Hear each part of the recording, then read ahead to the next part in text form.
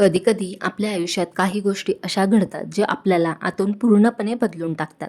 माझं नाव नेहा आहे आणि ही गोष्ट आहे त्या दिवसाची, ज्या दिवशी मला माझ्या स्वतःच्या घरातलं एक असं गुपित कळलं, जे मला कधीच कळायला नको होतं. आमचं घर खूप साधं, शांत होतं. आई-बाबा आणि मी एवढंच आमचं छोटंसं जग होतं. बाबा खूप शांत स्वभावाचे होते. ते कमी बोलायचे, पण माझ्या प्रत्येक छोट्या गोष्टींकडे लक्ष द्यायचे. लहानपणापासून मला वाटायचं की माझे बाबा एकदम परफेक्ट व्यक्ती आहेत. पण त्या दिवशी मला सगळं बदललं. त्या दिवशी आई गावाला गेली होती. मी घरात एकटीच होते. माझ्या मनात आलं घर थोडंसं साफ करून घ्यावं, जेणेकरून आईला थोडी मदत होईल. मग कपाट, ड्रॉवर सगळं साफ करताना मला एक छोटीशी जुनी चावी सापडली. ती चावी खूप जुनी वाटत होती. जणू काही वर्षानुवर्ष कोणी वापरलीच नव्हती. मला खूप कुतूहल वाटलं, ही चावी कुठल्या कपाटाची असेल बाबा? मी पूर्ण घरात शोधायला सुरुवात केली आणि शेवटी स्टोअर रूममध्ये एक जुनं कपाट दिसलं. ते कपाट नेहमी बंद असायचं. मी कधी त्याकडे लक्षच दिलं नव्हतं. त्या क्षणी माझ्या मनात थोडी भीती तर होती, पण क्युरिओसिटी जास्त होती की यात काय असेल बघण्याची.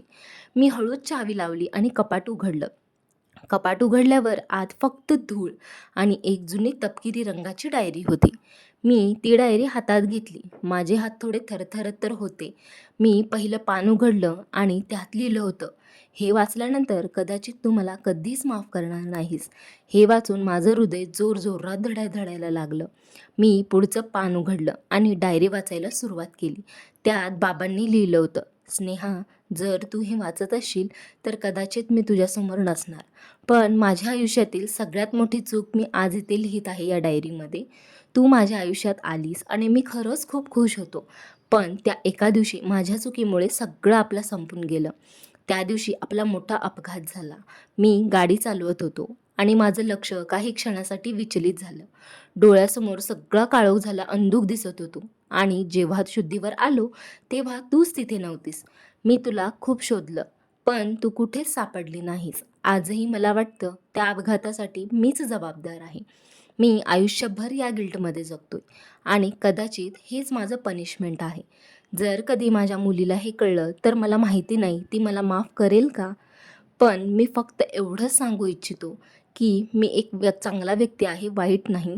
मी फक्त एक मोठी चूक केली आहे. स्नेहा, जर तू कुठेतरी असशील तर मला प्लीज माफ कर. हे सगळं वाचताना माझ्या डोळ्यातून आपोआप अश्रू येत होते, की हे सगळं काय होतंय?